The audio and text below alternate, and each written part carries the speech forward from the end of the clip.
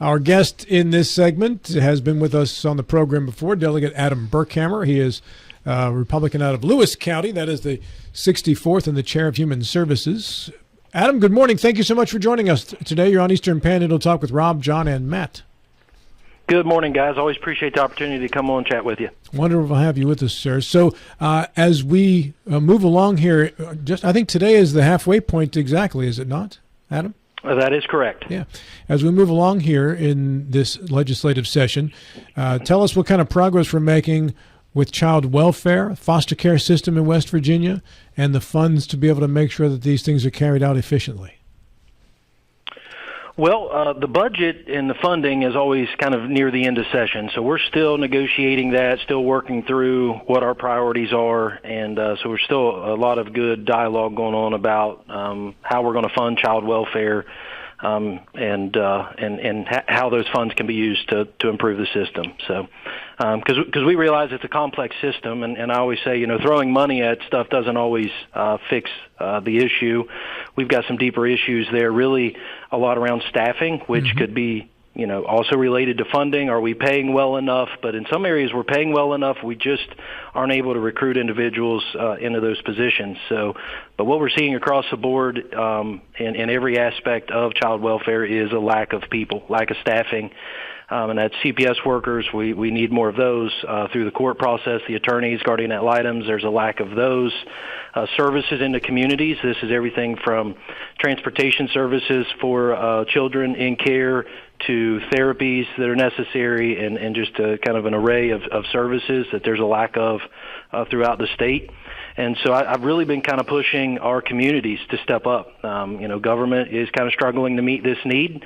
Over 6,000 kids in care today, and that number is not decreasing. So that means as quick as we're getting kids back home or adopted out, we're bringing more kids in. So how can our communities step up and support? How can our nonprofits? How can our churches? How can individuals right at home step up and meet the demand? And so I think that's a bigger conversation that we need to continue to have. You mentioned guardian ad litem and HB 2035, establishing pilot program for public guardian ad litem services. That's in judiciary right now, I see on your list of bills. Can you tell us about that and what it would do? Yeah, so there is, you could say, kind of GAL deserts throughout the state. So some areas of the state are doing really well. They've got an abundance of GALs to serve these cases, and other areas are really struggling to get appointed attorneys. And so these guardian ad litems are appointed solely to represent the best interest of the child in these cases. And so really, in the court process, they're the most important person that's going to stand up for the child. And so we've created this little pilot program, very similar. It's mirrored off the Public Defenders Corporation that was established. Very similar problem. It was across the state in some areas. And these corporations were created so that you weren't trying to appoint individual attorneys to the cases. You actually had more of a pool. They were full-time employees of this corporation that they could step up and meet the needs. So just trying to think outside of the box, get creative, and this is an opportunity just to be in 3 circuits across the state. I think it's a 3-year pilot program just to see if this is something we could do to recruit folks in as well as meet the needs and the demands of the court. Are these folks like court-appointed special advocates, CASA programs, or is this totally different? So totally different. So CASA is a volunteer program, which is another great program. There's some bills out there that I've been supporting of them. So, but these guardian ad litems are actual attorneys appointed by the state, or by the court to represent the child in the case. Matt Harvey, you're shaking your head. Yeah, they are different. I just am sitting here shaking my head, Delegate Burkhammer, with everything you're saying about the issues and the problems and the importance of GALs and the need. And this is encouraging. I just would. I'm sitting here thinking that I'm the elected prosecutor in Jefferson County, and I know many jurisdictions we're having issues trying to find attorneys to hire and retain. And there seems to be a shortage of attorneys. There's less attorneys coming out of law school. I don't know if that problem is going to cure itself anytime soon. So any creative solutions to help with coverage of these I mean, you have to have these are the most important cases that we do in the criminal justice system, in my estimation. Yeah. And we're taking several different approaches. So one is this pilot program for the GAL corporations as an opportunity. We believe that could help where maybe independent attorneys, the overhead of an office and, things like copiers and everything that you need to do the work, where if you are a full-time employee, you kind of reduce that overhead, and I think it could allow more of a pool type, law firm type atmosphere, and may be useful. I'm not saying it's a fix-all. I think it's worth exploring. But another bill out there, we are looking to give an increase currently to the GALs. So they're making $60 an hour out of court, $80 an hour in court. I have proposed legislation that would increase both of those by $20 an hour, looking at a recruitment tool. So, and as you said, there's 195 GALs currently working these cases right now. So you have 6,000 children in care. Not actually 6,000 cases, but 6,000 kids in care, because some of those are siblings. So one GAL would work that, but you can still see those numbers are staggering, that we have to do something about it. But that's just why I'm also supportive of CASA and what they're doing, and think we need to improve that, because that is a volunteer organization. So some of the staff is paid, but the actual boots on the ground are volunteer folks, and they can only take, I believe it's like 2 cases a year. And so that can further support the GAL's work of trying to get the best interest of the child, trying to get out and interview the child and ensure what the child's needs and wants are moving forward into the future. So volunteer organization being able to step in and support the GAL shortage is just another approach to it. This is John. Every time we talk about these things, I see this depressing cascade of cause and effect, and I'm not sure where the chicken and the egg are here, but we have the addiction and the poverty and the lack of jobs, and then that somewhere in there comes the foster care, all of these things where we lead the nation, and then the poor education, which then leads to more lack of jobs. And in the midst of this sort of roiling circle of awfulness, we're trying to bring in new companies that aren't going to want to relocate into this. So we sort of perpetuate this thing that's happening.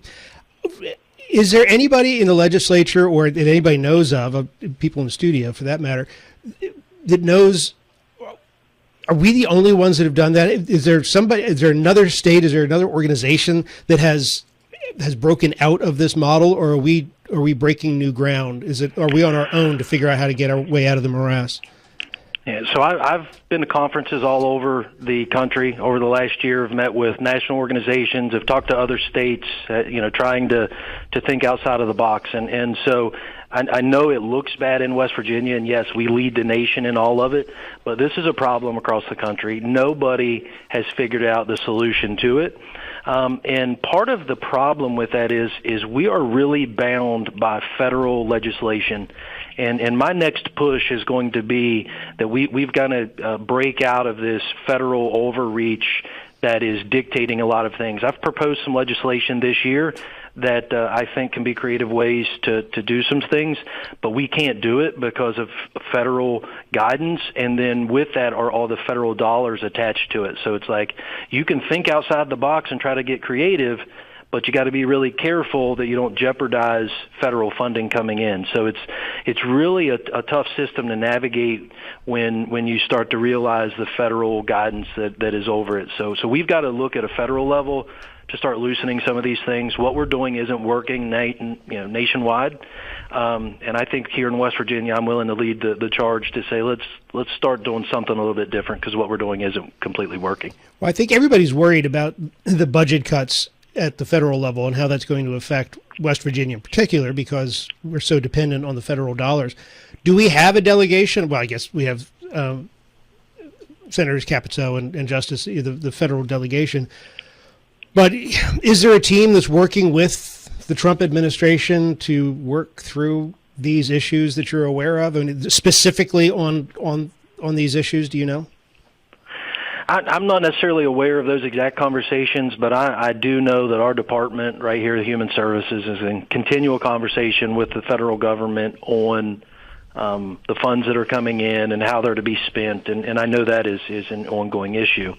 And I just want to kind of bring to light as well, I know that there are concerns kind of across the nation, but right here in West Virginia, depending on budget cuts and where that's going to go. But, what my hope is along this is that we, throughout these budget cuts, and we start cutting some of these things that I think we would all agree on, spending money overseas on some of the things that we've seen is really kind of asinine. And I want to make sure we're taking care of families and kids and people right here in the United States, but even more direct in West Virginia. So my hope is we can redirect those funds from around the world, bring them back home, inject them right into West Virginia, inject them right into families, into our child welfare systems. Because sometimes I know money doesn't fix everything, but at times money does help. Delegate Adam Burkhammer, our guest here on the program. I want to talk about some of your legislation that has to do with firefighters and fire departments around the state. Adam, if you could, tell me your connection to firefighters and your impetus for desire to change a few things. Yeah, so I'm always just willing to listen to my citizens, and last year we got involved in what they call a first due fire fee, which is where a municipality starts charging a fire fee outside of the municipal limits into the county. So the county residents kind of got a little frustrated with that and came to me and said, hey, what can we do to stop this?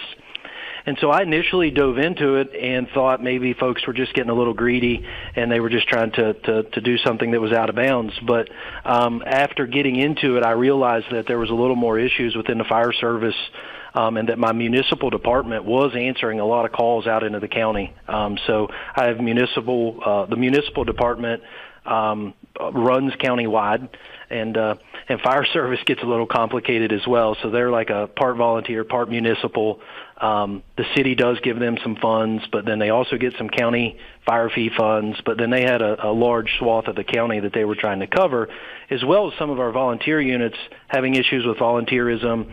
So having issues getting trucks out the door, that municipal unit was really running quite a bit. So I'm trying to kind of tackle that in and of itself, countywide fire service, better communication between our departments, but also make sure our municipalities aren't charging fees out into the counties where folks don't have the ability to vote in their elections and have some say in it. So that's kind of where it started at.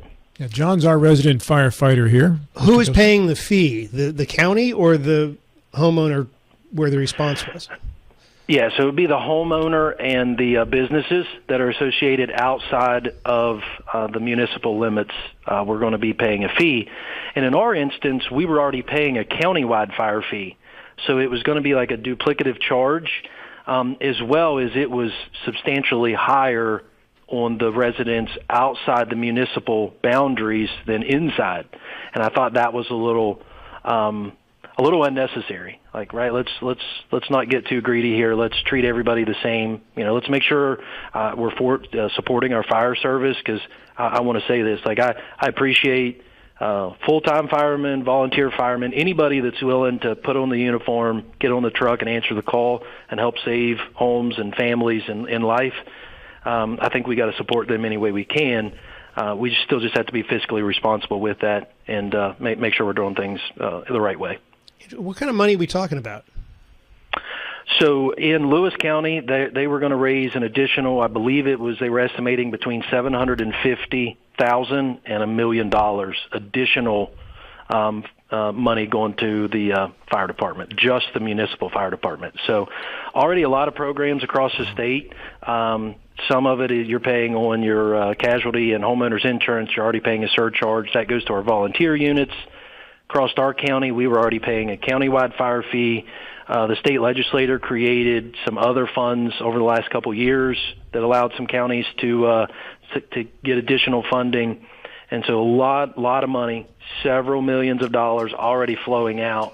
And then with this municipal charge coming on, it was adding an additional $750,000 to $1 million. I just thought that was a little excessive. So I kind of dove into it to say, are we properly utilizing all of our funds that we're already getting from citizens?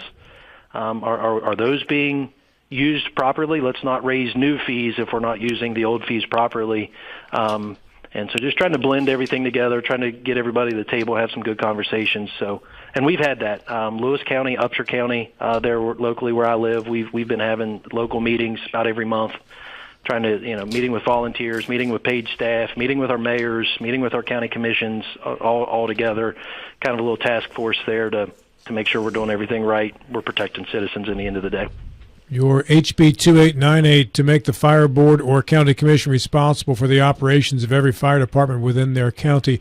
Are there some fire departments that are not being operated by their local fire board or county commission? Yeah, so the county fire board issue, every county does that a little bit different, and some don't have county fire boards. In my area, the county fire boards don't meet regularly and don't have good participation. But essentially, your volunteer fire departments in your community are independent, nonprofit agencies that do not answer to the county commission currently. They answer only to the state fire commission and state fire marshal. And so you could have duplicative services being offered, or maybe, maybe additional trucks in the community that are not needed, and so trying to bring it back to the county level, bring it back. It's a local issue. Let's handle it locally. Let's put it in the county commission's hands so that we can bring these fire departments together and make a more cohesive unit that's answering the calls and ultimately, again, protecting our citizens. Is it as difficult to find volunteer firefighters in your community, Adam, as it is everywhere else? Absolutely. I think that model is a struggle these days. We know across the board volunteerism is down, not only from volunteer units, but in your youth sports league to your Sunday school class, just struggling to get volunteers across the board. But yes, really in the fire service, struggling to get volunteers. And struggling because we don't work in our communities anymore. A lot of us travel 30 minutes away, so that leaves your local fire department volunteer unit without service kind of in the midday time. So we've been talking about the opportunity to maybe hire paid fire staff to maybe man some of our departments throughout the county at certain time frames, just to make sure that we're covered. Because you got to remember, these firemen are not just answering a house fire; they're answering automobile accidents. They're supporting our EMS staff, and so having maybe some paid staff throughout the county might help. So, again, just a lot of bigger conversation we've got to have to try to drill down in it. But hopefully, we can get everybody together and continue to work toward providing good fire service and protecting our communities. Ask any firefighter of my era. I started in 1980. Start any firefighter, paid or volunteer. If they're telling the truth, it's because of the show Emergency. Johnny Gage and Roy DeSoto. That's the reason why they got involved in the fire service. That predates Adam. Yep. Yeah, I remember that show. Well, maybe we can re-air that. Maybe there'll be a remake of it. We can get it out there on Netflix or something, and that'll help us. Yeah. Can smaller counties afford paid firefighters? Well, again, there's already quite a bit of money being injected into all of the fire departments. I think it's about $15,000 out of one fund, and there's some additional funds that are coming in. I should say that's $15,000 per quarter. So I believe in my county, those departments are getting about $100,000 a year in various funding sources. Now, granted, can you put paid staff on for $100,000? Probably not. But how can we support that? And maybe it is additional funds, or maybe it's pooling some of our money together in the county to put paid staff in just the strategic spots. So again, deeper conversation to be had. But I want to support our fire service, our firemen that are answering the call. I want to support them any way we can. I feel like that's number one duty of government is to protect our citizens' public safety. So we've got to make sure we're supporting our fire service adequately, supporting our police force, supporting our EMS. I mean, those are the front lines necessities right there. Talk to your colleagues in New England. For a long time, forever, the volunteer system in New England, they've always got paid per call. There's a stipend that volunteers get per call. Adam, thanks so much for your time this morning. Greatly appreciated. All right, thanks, guys. Appreciate your time. Have a good day.